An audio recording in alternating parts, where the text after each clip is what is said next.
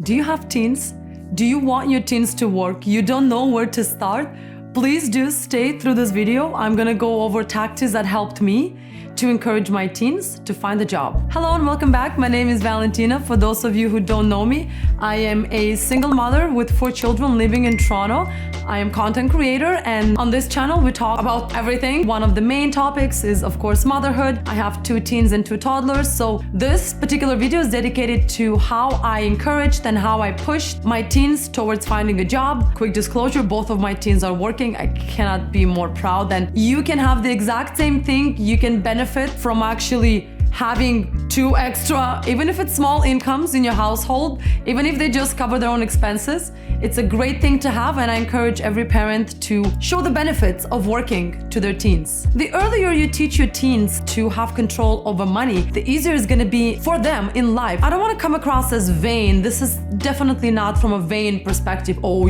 Make as much money as you have, but be comfortable. I was telling my teens that you should not be controlled by money. You should be able to control money. And the only way of controlling them is by having them, to be honest. So I'm teaching them, and we have these discussions quite often about the fact that there is no shame in actually pursuing money, as long as you don't let it overpower you, overcome you, and interfere with your mental health. This is a healthy competition. We are living in 2023, and this is the time when you should really strive to get your financial independence as early as possible. I am generally a very fair parent. I don't have favorites. I hate them all the same.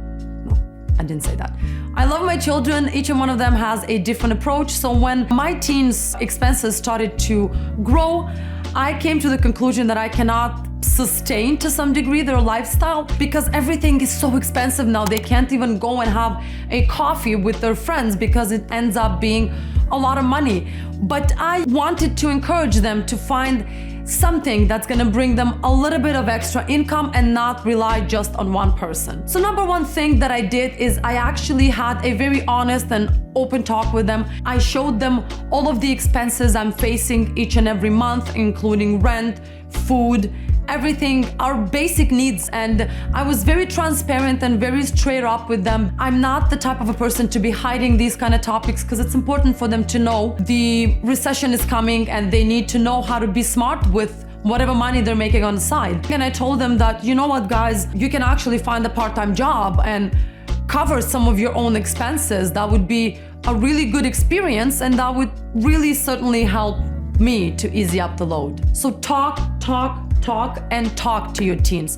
Always talk, not to them, but with them. It makes a difference when you're like standing above them and you should do that, you should do this. Or when you sit with them, you sit them next to you and you have just on one-on-one parent-child talk where you're being supportive, you're being respectful, you're not putting them down, you're not telling them, oh, you know what, starting tomorrow, you should find the job and I don't care, I'm not paying for anything. It's gonna be a process for them as well, because it's new territory. They're not used to following a certain schedule and having a boss. Well, you're probably a boss at home, but generally it's a new experience for them. So don't push them to just get any job. It's not gonna be as rewarding for them and for you for that matter. So when you are actually supporting them towards finding a job, take it slow. Take it slow.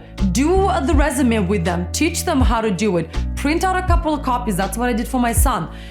Go with them to those interviews. Support them in their research. And it's not gonna take that much of your time, because they're very much self-sufficient if they're teens already. So another thing that I did is I kind of cut their allowance. I didn't make it bigger basically as they grew older. So they have the same allowance as they had 2 years ago, but their expenses are different. They want different things. My daughter is very much into makeup and one travel to Sephora. If you live in Canada, it can put a dent in your wallet. My son has a girlfriend, so he wants to take her out, and their expenses grew, but my allowance didn't, and that kind of triggered them, and they thought, oh, okay, so probably we need to find like a part-time job to kind of pay for these extra expenses. And to be honest, they came to me. So wait for your teen to come to you and say, ask for more money. And there's no shame in that. They're your children, it's your responsibility. You can tell them, listen, I can give you a bigger allowance for the next 4 weeks, but you have to make an attempt to find a job in those 4 weeks. So kind of make a deal with them. Another thing that I did is I guilted them in. It's slight manipulation, not like something over the board that I do with my children, is I left the bills that I get in my mail or by email. I open my laptop for them to see how much it actually costs to sustain the lifestyle they are sustaining. The whole idea is not to make them feel guilty, it's to make them aware of the current situation. They shouldn't be living in the clouds, especially if they are teens and they are moving with their life and they're getting an education. They're gonna go into a certain workforce, so they need to know how much things cost and how much it costs to rent an apartment and live somewhere by yourself, not with your parents. So by doing that, it kind of triggered them as well. It's like something clicked. They were like looking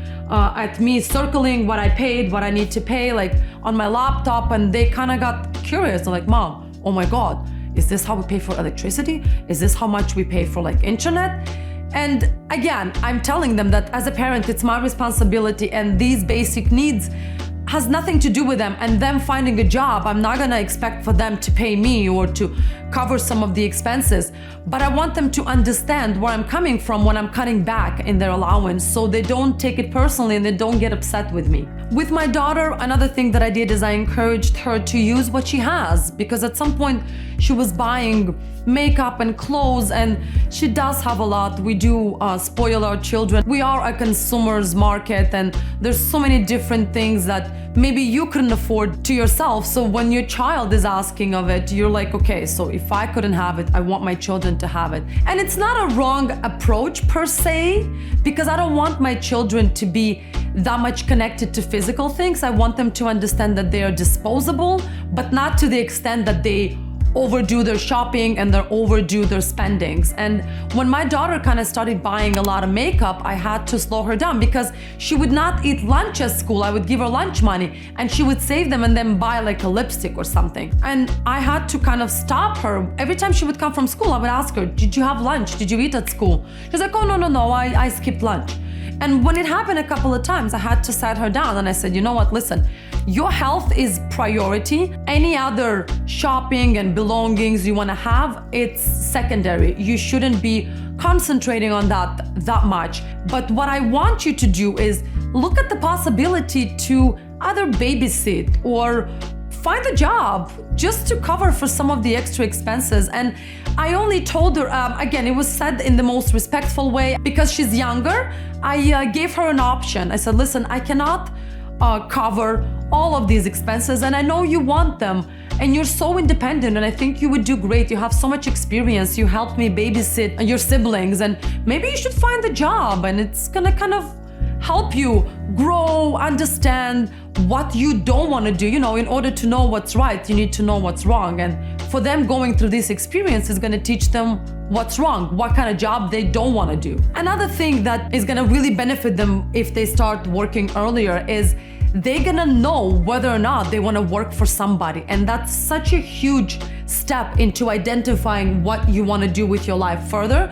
When they're gonna understand that their money are tied up to a particular physical work or to a person, I'm hoping it's gonna click in that much faster, and they're gonna come to the realization that, oh, maybe I should look into working online, or thinking how I can secure my future besides relying on my parents. And that's gonna be such an eye-opener for them into their own personality, whether or not they wanna be entrepreneurs or they wanna work for somebody. Another thing that was really important, and I brought it up with them, is not to rely only on one person for money. Even if that person is your parent, even if that person is your mother, is your father, especially when you're an older age and you can actually go and make your own money, you shouldn't be relying just on one person. You never know how the tables can turn, and next week no one is going to be working and there's going to be a shortage of income. So in order for them to understand this, I brought them up like different examples, and I explained to them that it's really good that you have a mother and you have a father and you are relying on them. This is great. We are supposed to take care of you.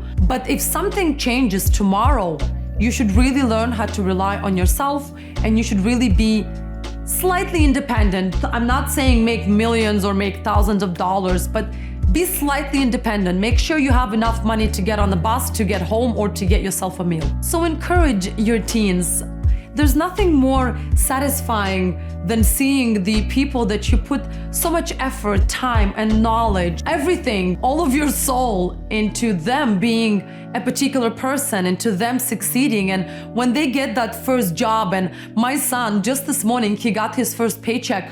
He was so happy. He couldn't believe that for him to make some extra money, he just needed to take that extra step and get himself exposed and find the job. And it's part-time. I would never let their job interfere with their studies. It's just part-time. It's just a couple of hours on the weekend, Saturday or Sunday, or maybe a couple of hours during the week. It's a self-esteem booster for them to know that, oh, I actually know how to do that. This is a skill.